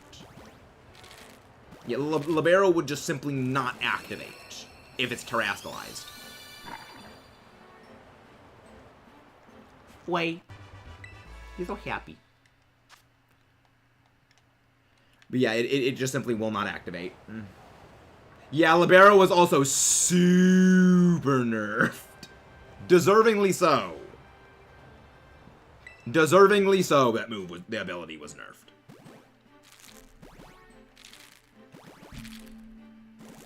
I mean, like, there's some abilities that are good because they actually have, like, super, super amazing stuff. Be like, yo, they just do very, very well against, like, certain things, like, for certain fundamentals, like, yo, huge power. Azumarill is an amazing ability because huge power doubles your attack. Or, yo, Levitate gives you complete immunity to, you know, oh, good guard. You know, Levitate gives you immunity to ground moves, or, like, grounded hazards. And then Wait, why are you normally blue? You normally blue? I thought your shiny was like gold or something. Yeah, no, yeah, your shiny's like gold. And then there's things that are like, you know, good, you know, because like, you know, levitate, intimidate, which are just like very intrinsically good for strategic reasons. And then there's libero, which is really only good because it just allows you to fuck with the opponent. It's like, oh, you know, I'm just gonna retool my ability between these things, you know, just to screw with you, just to make you mad. You mad, bro? Like that's all libero does. And same with Protean. It's like it's you mad, bro ability. Where they use it just to tick people off and get them to make mistakes. Because they're just absolutely annoyed. Nice! Interesting thing about shiny hunting, Duskform Lycanroc. Yes, it is. It is my generation of Catharsis, Alex. That is very correct. Interesting thing about Duskform Lycanroc. If you breed a Dusk Lycanroc with a Ditto, you will only get, own tempo Rockruff that hatch out of the eggs. Reason for this is Duskform Lycanroc is programmed as a separate form. Reason being that its ability is not linked. Like, its ability is not a hidden ability. So, it had to be programmed as a separate form altogether. In, like, a similar vein as, like, Battle Bond Greninja is programmed as a separate form, which is why it was put in the Undiscovered Egg group, because it cannot breed. You know, so, like, you can't get the ability that way. They just programmed it as a separate form, and because Dusk Lycanroc is programmed as a separate form, you will only ever get own tempo eggs of Rockruff from breeding a Dusk Lycanroc. Which means shiny hunting Lycanroc is actually quite easy. It's just a lot of people will, you know, throw it in with another Lycanroc for, you know, reasons. And, you know, that muddies things up. But that's quite easy to get a Duskform Lycanroc shiny. It's just no more difficult than getting another shiny by Masuna method. It is acquiring the Dusk Lycanroc itself is a little bit tricky, because I believe the only way that you can get a Duskform Lycanroc in this game is between the very specific... I don't think anything about boosted odds, but it's going to be an event. But yeah, the only thing that's tricky about getting a Dusk Lycanroc is... They have a raid den event at some point. Well, no, the tricky part about it is that there's only the hour. There isn't 2 days. No, I thought Cinderace was in like the 30th. Yeah, the 30th of the 1st. It's not coming for a couple of days. It's not coming for a while. Yeah, it's not coming till the 30th. It's a New Year's thing. But yeah, like the only thing that's tricky about getting a Lycanroc, the only thing that's tricky about it is, on the overworld, all Lycanroc spawns will become Dusk Lycanroc spawns during that, like, 1 hour time gap. Then as that 1 hour time gap passes, they will then revert into being Midnight Lycanroc. And then, you know, so on and so forth. Like, I like that. Like, there's only 1 hour a day you can actually get it. And I like that. And then, you know, because you just breed that Lycanroc to get more, you know, Rockruff own tempo. Go, screw off. It does work. I don't like anime forced promotion. I don't like anime forced promotion. I like Dusk Lycanroc. Like, the reason I don't like things like Greninja, I don't like things like Lucario, is that the anime goes deliberately out of their way to make these the greatest thing ever. Look at how amazing we are with these things. Well, like Lycanroc, they don't really do that. Like, they kept, like, Lycanroc very, very tame with, you know, going in, like, it's there, but it doesn't, like, do over-the-top stuff. They're very good at toning that down in actually Alola. Yeah. It's like, I don't dislike the anime things intrinsically. It's just when they take the anime things and then try to make in-game them have that same level of doing that is where it, like, cheeses me off. 24. You know, that's really where it gets to me, is when they, like, try to force in-game levels of that.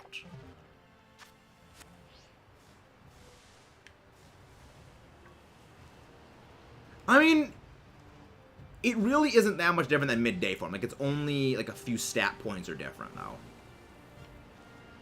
But yeah, that is, I mean, a lot of Pokemon get overshadowed by a lot of things. I mean, the one I always point to, Flygon and Garchomp. Look at those two. Flygon, Diet Garchomp. I love that. Flygon is not a bad Pokemon. It's just, it is worse Garchomp. Yeah, like, they look very, very similar. The visual differences are, like, next to nothing. Yeah. Like, Flygon, good design, good Pokemon. It just had the unfortunate curse of existing before the physical special split, and then being followed by what is the best, like, was well known for, like, a long time as the best Pokemon because of its stat line and typing. It's terrifying.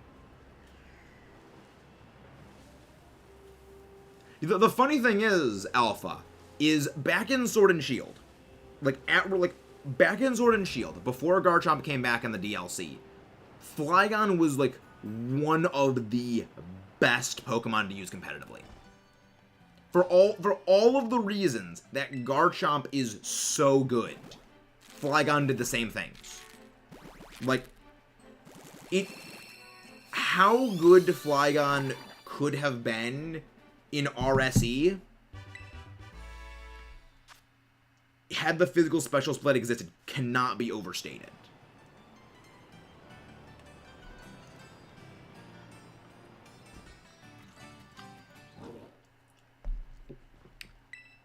I still prefer, like, Chugga Conroy's introduction about Garchomp, about, like, Cynthia's Garchomp, where, you know, I'd say it gives, like children nightmares, but would probably eat those nightmares. Like, I forget his whole thing that the whole spiel he gives in Black and White when facing Cynthia's Garchomp. But it was like, that encapsulates Garchomp right there, and I love it. Makes me sad that they didn't, cut, but effing Pelipper did. I mean, to be fair, they needed one of every weather setter. They needed one of every weather setter in the game, Alpha. That was probably the reason why Pelipper made it in. Was like, they needed a weather setter for everything. Like, they have one weather setter of each typing. I was like, I like Pelipper. Pelipper is amusive to me. Pelipper is amusive. It's like, I might like sand teams. But rain teams are interesting. Though, rain teams' potential in Scarlet Violet, I like the change from hail to snow. I think that is going to, like,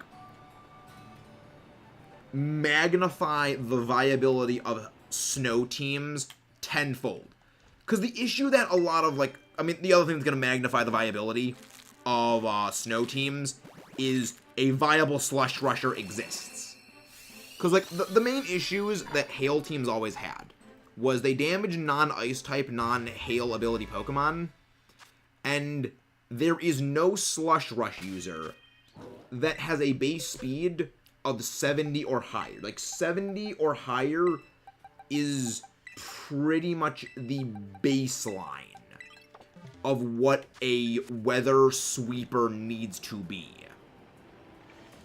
And they just didn't have it. The fastest was Arctozolts. I'm not Arctozolts. Yeah, I think I think Arctozolts with I think like 65 is what it had. And that just wasn't enough. Like, other things could very easily beat that with a Scarf. And you're then on top of, like, your options for, like, switches for like, you know, absorbing hits and, you know, various utility functions is heavily mitigated by the hail damaging your own Pokemon. So, the change to Snow now makes more options viable on a Snow team. Plus, Snow now increases Ice type's defense by 50%. One of the main... I mean, you can't really compare Abomasnow to Tyranitar, because Tyranitar has many things going for it that make it utterly amazing. One of a small component of that being the special defense increase that Sand gives it. But Snow giving a physical defense boost will be very helpful for Ice types to make Snow teams now much more viable. You know, plus, we have Baxcalibur. We have this amazing attacker that, oh yeah, Fire types, Ultimate Bodyer for Hail teams. Okay, use a Fire move on me. I switch in Baxcalibur. You made me more powerful now. Oh, I will relish destroying Greninja. I will relish destroying the Weeb Frogs. Trio. It's a big trio. Let me drop, yeah, there we go. Bye, Buzz. Let's go find something to go raid. Because we are winding down the stream to the end of things. And this is our last group of 6 eggs. So we gotta go find something to go raid.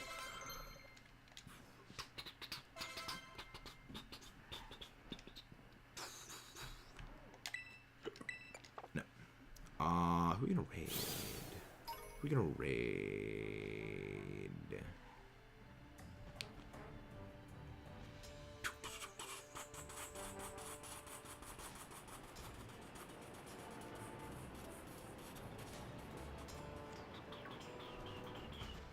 Someone's hunting Iron Thorns. So I'm hunting Thorn Go Iron. So I'm hunting things that go with the stuff. To be fair, I could say the same for you, Alpha. To be fair, I could say the same for you. One could say the same applies for you.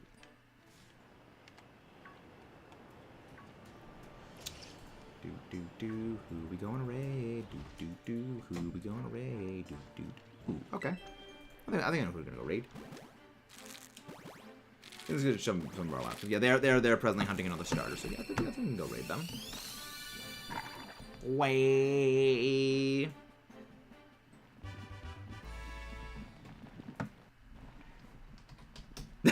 Oh, Dalton's reaction, with all due respect. Fuck off. The fact I got a female shiny starter. Oh, Dalton, you are delightful. You are delightful, Dalton. Oh, like, we have gotten today, within the last month, we have gotten 47 shinies. In the last month. Yeah. A lot of shinies in the last month. 1 month, 47 shinies. Project that out. You know, couple that with, like, the fact that I haven't been actively shiny hunting for most of that. Within the next 3 months, we will finish the shiny decks in this game. We will finish the living shiny decks in this game inside of the next 3 months. Alright. With that, we end off. And with that, we give a big mechanized Maxis raid.